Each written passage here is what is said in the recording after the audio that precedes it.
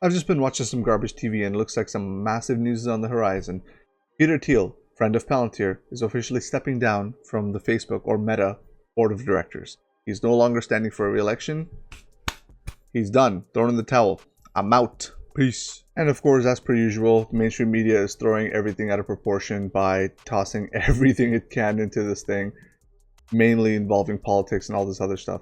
There's an article from CNBS that is stating that he might be leaving for political reasons or all this other speculative stuff, right? Let's just really cut right down to it, okay? Most board members, for the most part, serve no longer, at least on average, this is just what I've been Googling, more than like 2 or 3 terms, which is usually around 4 years until they get reelected, right? So maximum of like 12 years. Peter Thiel's been on the board of Facebook since 2005. That's like freaking 17 years. I think the guy's, to be honest, if it's not anything political, is probably just really tired of everything. And he's like, you know what? I think it's time for me to step down and let someone else sort of fill in the gaps and do whatever they need to do.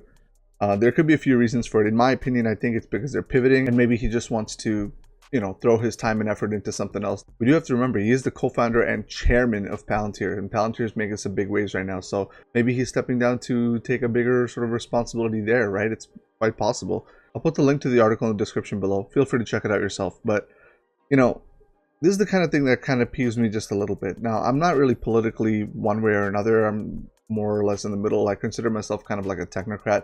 If something is good for, you know, the holistic sense of humanity, I will go ahead and vote in that direction, that kind of thing, right? I'm not exactly like, I don't claim to one party or another, so I don't look at this in a political light. But I just don't like how mainstream media is absolutely smearing this whole like conservative, you know, nature to Peter Thiel. Like in this article, they describe how he supports Trump or supported Trump in 2016 and even sat with the guy. And then they go on to describe how like a lot of the people that he's associated with are conservatives and how he backed like Masters or whatever, one of his the people that manages his fund, as well as like one other guy, JD Vance, who is supposedly running for office in Ohio in 2022. But again, I mean, so what? Like what people do in their political endeavors is really not that much to dig into, unless it's like totally nefarious or something like that. I mean, he's expressing his views by supporting the candidates he likes. I mean, do I know that he's not doing anything super nefarious? No, I don't. But at the end of the day, you know, he's going to do what he has to do. He has very strong feels in terms of how things should be from a politics standpoint, and everyone has the right to support that if they really, you know, have the means to do that, and he clearly does. So, you know, it is what it is. Facebook is just absolutely being raked over the coals right now, and they're pivoting hard. And you know what? I respect them for that. Like, I think Facebook, to be honest with you, is a really good investment in my opinion. And that's mainly because, you know, advertising is not going away, guys. I know everyone wants to shit on advertising and wants to, you know, be all virtuous and all this stuff and you know, talk bad about Facebook and what they do. But, you know, most of the people that I know that talk bad about Facebook love Instagram. They use WhatsApp all the time. I implore you, you know, if you really don't like the company that much, why don't you ditch WhatsApp? Why don't you use something else? I don't know, anything else, right? Why don't you use like Signal or something, right? Or why don't you use, instead of Instagram, why don't you go onto one of the other really obscure social media platforms, right? Or you can even go on TikTok and start dancing and stuff like that.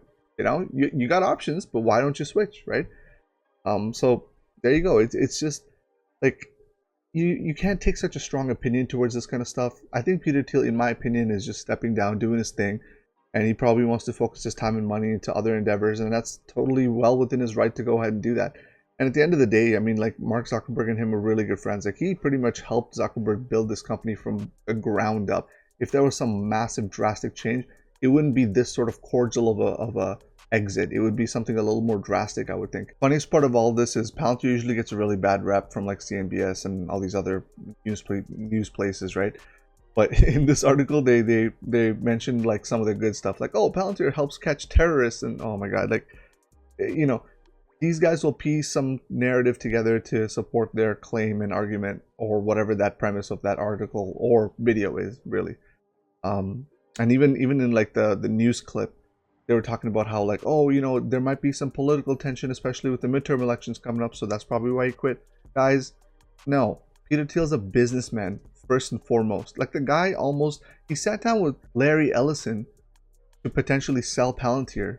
at one point, okay, which is like his baby. Like he wrote this stuff in 0 to 1. You know, he's a businessman. He's always going to look for better value. He even invested in companies that competed with Facebook and used Facebook in like different kind of ways and things like that that Facebook actually did not like.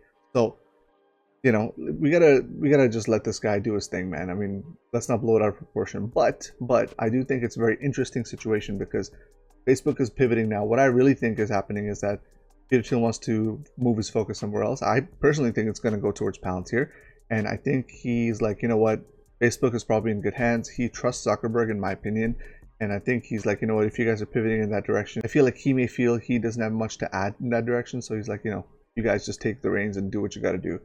But it should be interesting, you know, let's see who replaces him. There's lots of differences in the Facebook board. I mean, like Reed Hastings is on the board, Sheryl Sandberg is on the board, like a lot of sort of mixed opinions. So if it is political, I don't think that's the case, really. And on top of that, like another thing that kind of peeves me is, as I kept digging, I found some other stuff, and it seems like a lot of people didn't like the way Peter Thiel is, you know, choosing to live his political life, I guess you call it, right? And again, I'm not a conservative or anything. I'm actually, like, my whole family is liberal for the most part, but I'm kind of right down the middle. I could give a shit. I've expressed my views in this video before, but like, check this out. This is the kind of thing that Reed Hastings sent this guy in an email and asked that he doesn't have to respond or whatever. Some diversity in views is healthy, but catastrophically bad judgment, in my view, is not what anyone wants in a fellow board member. This is when Peter Thiel endorsed Trump in the RNC. Like, I mean, come on, guys. Okay, you know, these guys, I mean, it's this kind of stuff makes me realize that these people are just human at the end of the day. I mean, I've had these kind of debates with regular people, right? So, you know, I thought Reed Hastings was kind of like a normal, chill kind of guy, but, you know, the more I look into it, the more it seems like he really likes to push his views on people or whatever the case is. So, you know, he's done a fantastic job with Netflix, but I guess he just can't really do a fantastic job with keeping his opinions to himself, I guess.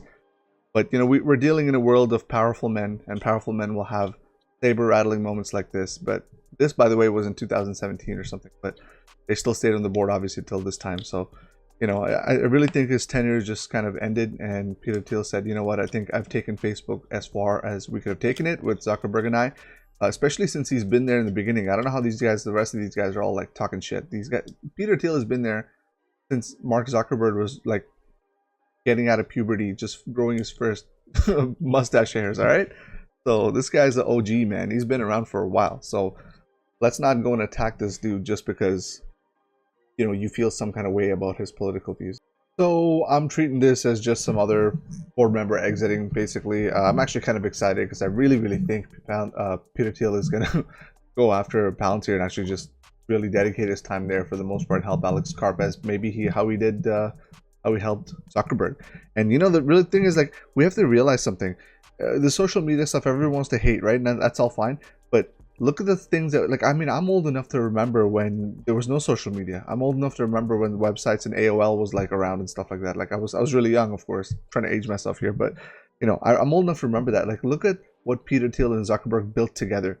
Yes, are there issues? 100%. Like, I'll be the first to line up and complain about the issues that all of you guys talking about. But I'm just saying, look where we've come together as like a human race. We are, in fact, actually more connected now, more or less than we've ever been before Facebook, right?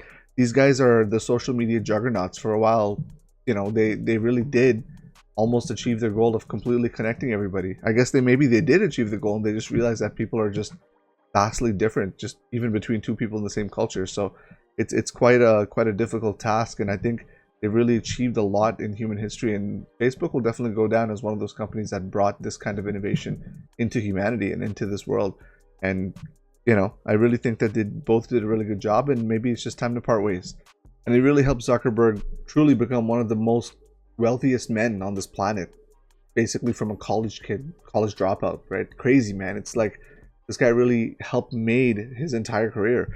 You know, no, I'm for it. I don't know. I'm really excited. You know, the future looks bright to me. I'm always a positive person when it comes to, like, looking out in the future. And to be honest, Facebook is pivoting towards this whole metaverse thing. I know they're losing money on it, but I'm actually pretty excited about the metaverse. I don't know about you guys, but, you know, like, I have an Oculus headset. I really think that there's a lot of promise here. To be honest, I think the entry point's a little bit expensive. Yeah, I get it, and not everyone's going to be carrying like a massive, you know, freaking rectangular box on their head all the time.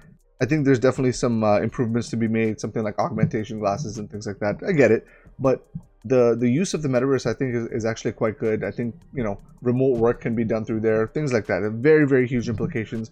I would love to do something like for example, there was a time in New Year's where I would love to, like, you know, have called parents and stuff like that throughout COVID. We use Zoom, but I mean, it would be nicer to have an immersive sort of experience, right? So things like that, I think, you know, metaverse is really exciting for.